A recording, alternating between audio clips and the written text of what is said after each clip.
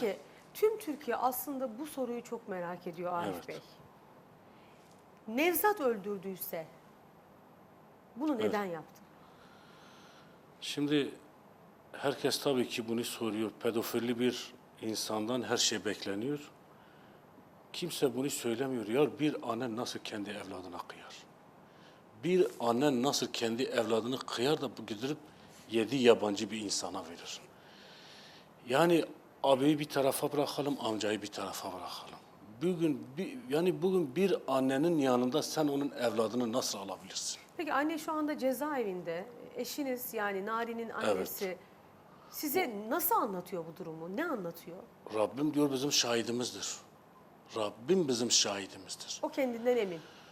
O da emin, ben de emin. Ben de o insanlardan eminim. Eğer ben emin olmasaydım bugün burada gelip Nari'nin hakkını aramazdım. Yani hem eşinizden eminsiniz, Evet. Hem ailemden eminim. Salim Bey'den Tabii ki. hem oğlunuz Enes'ten. Tabii ki.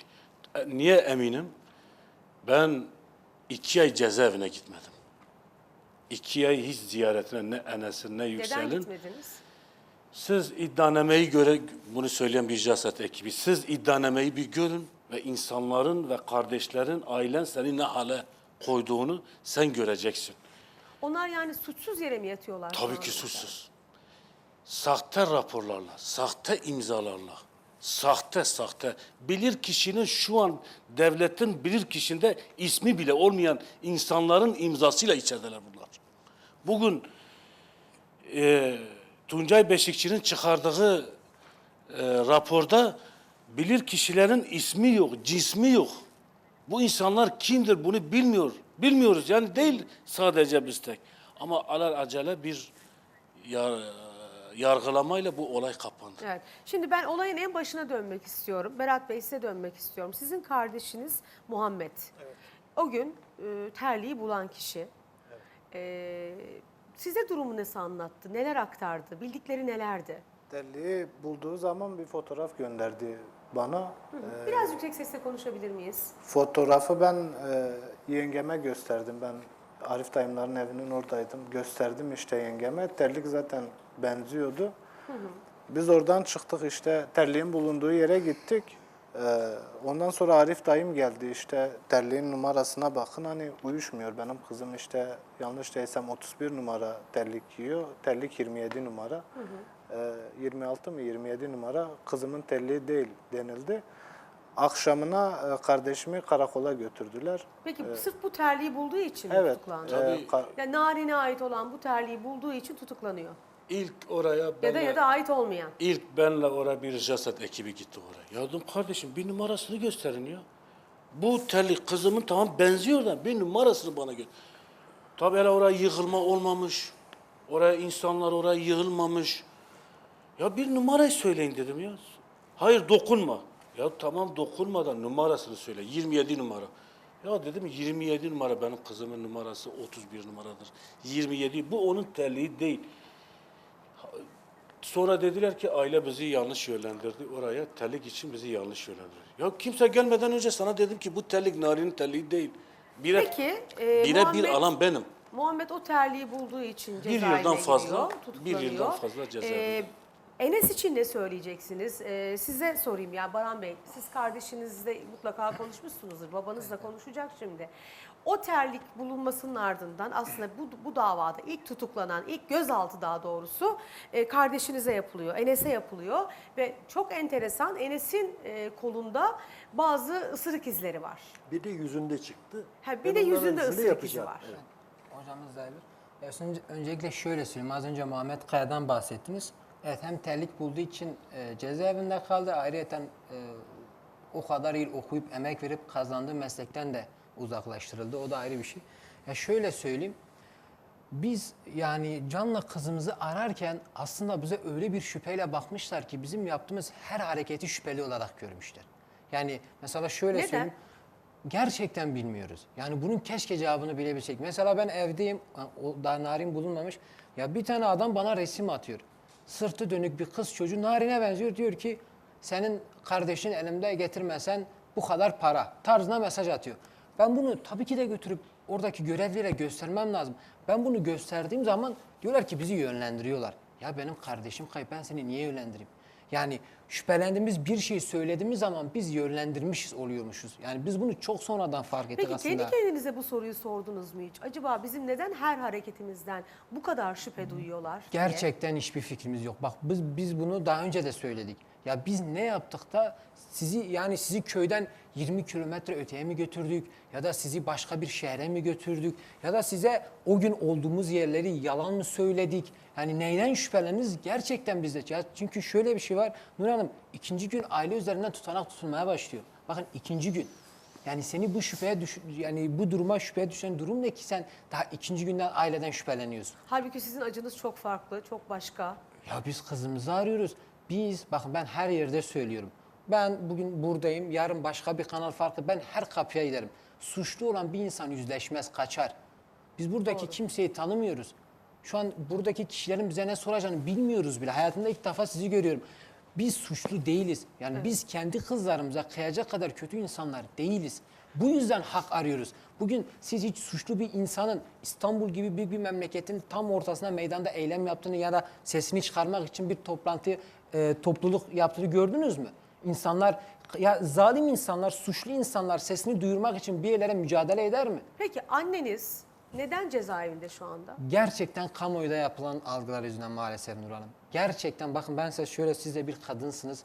Bakın konu bir süreden sonra Narin'i aramaktan çıkmıştı. Gerçekten bu olayı öyle bir magazinleştirdiler ki akla mantığa sığmaz. Konu Narin değildi aslında onlar için. Bakın köydeki bu aile bireylerin hiç tanımadığı insanların günlerce kadınların namusu hakkında konuşuldu. Evet. Eğer Narin konuşulmuş olsaydı bunlar konuşulmazdı. Peki şimdi çok enteresan Baran Bey, bu 19 günlük arama çalışmalarında az önce babanız da söyledi. Nevzat Bahtiyar her aramaya katılıyor. Evet. Her gün evinize geliyor. Her gün işte camide buluşuyorsunuz.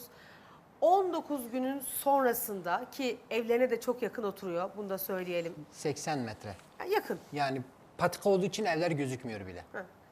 Yani aslında Narin o 80 metre içerisinde kaybolup öldürülüyor. Evet. Değil mi? En son gözüktüğü yerden itibaren evet öyle. Peki bu ifadeyi verdikten sonra Nevzat Bahtiyar ne hissettiniz? Yani şimdi o acıyı nasıl anlatırım bilmem. Gerçekten Anlatın lütfen. tarifsiz Gerçekten bir acı bugün yani. kendinizi anlatmak için buradasınız. Evet. Yani yemin ederim Nur Hanım, ben ailem dahil vallahi biz bir lokma ekmek yemedik. Biz kızımızı arıyorduk. Yani bütün aile bireylerim orada. Git bak benim ailemin hepsine bak. Yemin ederim biz sadece kızımızı aradık. Bize ilk Narin'in ölüm haberi geldiğinde beni o morga götüren jandarmaya yalvardım, telefonumu verdim, dedim yeter ki bana bir gelinlik getirin. Benim annemin ona sözü vardı. Bak ben onu bile düşündüm. Yemin ederim biz gerçekten medyada anlatılı kadar kötü bir aile değiliz. Yani kendi kızlarımıza, kendi çocuklarımıza zarar verecek bir aile değiliz. Bak ben 23 yaşındayım. Bu davada 20 yaşlandım, yemin ederim. Ben küçüklükten beri bir sevgiyi babadan, anneden çok güzel gördüm. Küçük yaştan beri bizi öyle bir güzel büyüttüler. Benim bütün kardeşlerimin mesleği var. Hepimiz çalışan insanlarız. Yani biz kendi kız kardeşlerimize, kendi erkek kardeşlerimize zarar verecek insanlar değiliz. Biz Narin'in bütün resimlerine bakın.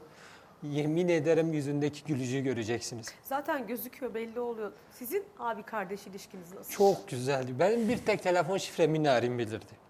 Benim hem en yakın arkadaşımdı hem de benim kız kardeşim. Hem tek bir bacım vardı, tek Narin vardı. Yemin ederim biz hangimiz gurbete işe gittiğimizde, geldiğimizde Osman'la Muhammed'dir biraz yaşı büyük, onu almazdık.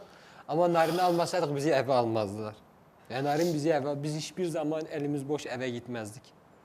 Biz onun hakkı için çıktık. Evet benim aile bireylerim, ben hala da söylüyorum haksız yere içeride ama ben ilk önce ona yapmam gereken son vazifemi yapmam lazım. Onun hakkı için. Çıkıyorlar diyorlar abisi de ailesini aklamaya çalışıyor. Hayır.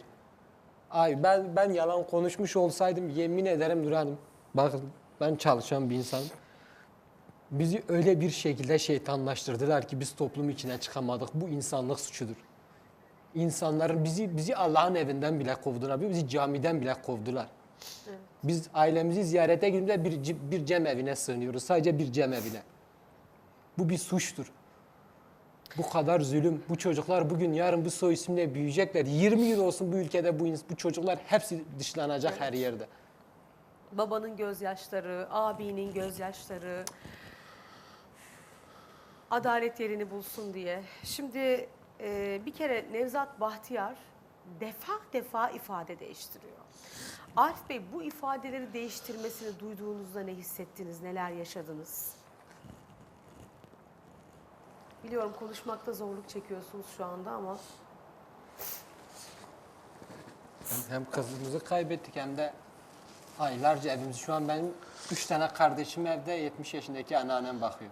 Nevzat Bahtiyar'ın aracını kim görmüş dere kenarında? Bir polis memuru. Polis memuru.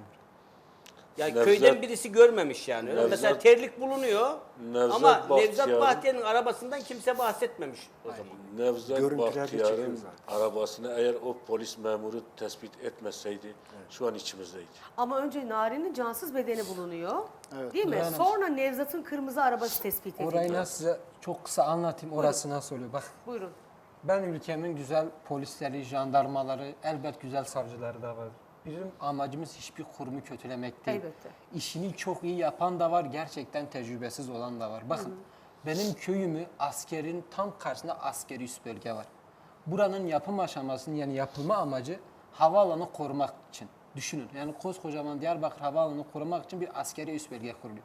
Ve orada çeşitli kameralar var. Ama en önemlisinden bir tanesi şu var. Bir kamera 360 derece dönüyor. Bu neden bu kadar iyi yani biz bahsediyoruz? Bu köyün Nur Hanım sadece bir girişi var ve bir çıkışı var. Aslında gerçekten hiçbir şey yapmasaydılar bile, bakın hiçbir şey yapmasaydılar bile, Narin'in en son gözüktüğü yerden eğer o askeri üst bölgesinde o kameraya bakmış olsaydılar 30 dakika sonra bir aracın köyden çıkıp derenin yanında 40 dakika beklediğini görecekler. Şimdi Baran Bey çok doğru söylüyor. Belirli bir süre önce köyde aslında bir hayvan kayboluyor. Evet, biz Bu hayvanlarımızı- kameralarla o kaybolan hayvan bulunuyor. Biz oradaki hayvanlarımızı onlarla buluyoruz. Bak Nur Hanım ne yapıyorlar biliyor musun? O güvenlik kamerasını almıyorlar. Eğer almış olsaydılar o denilen şahsın dene kenarındaki canlı ve çünkü çok kaliteli bir kamera insan yüzünü bile tespit edecek şekilde. Bunu almıyorlar. Ama bunu almadıkları için suçlu da biz oluyoruz. Şimdi 14 gün boyunca da o kamera kaydı aslında istenmiş. 14 gün boyunca verilmemiş değil mi? Sonra Hayır, da mahkemeden mahkeme diyor. Aslında mesela avukattınız galiba kusura bakmayın. Ben İdris devam edeceğiz Narin dosyasına. Gerçekleri konuşmaya devam edeceğiz. En çıplak haliyle bir kısa aramız var. Ardından birlikteyiz.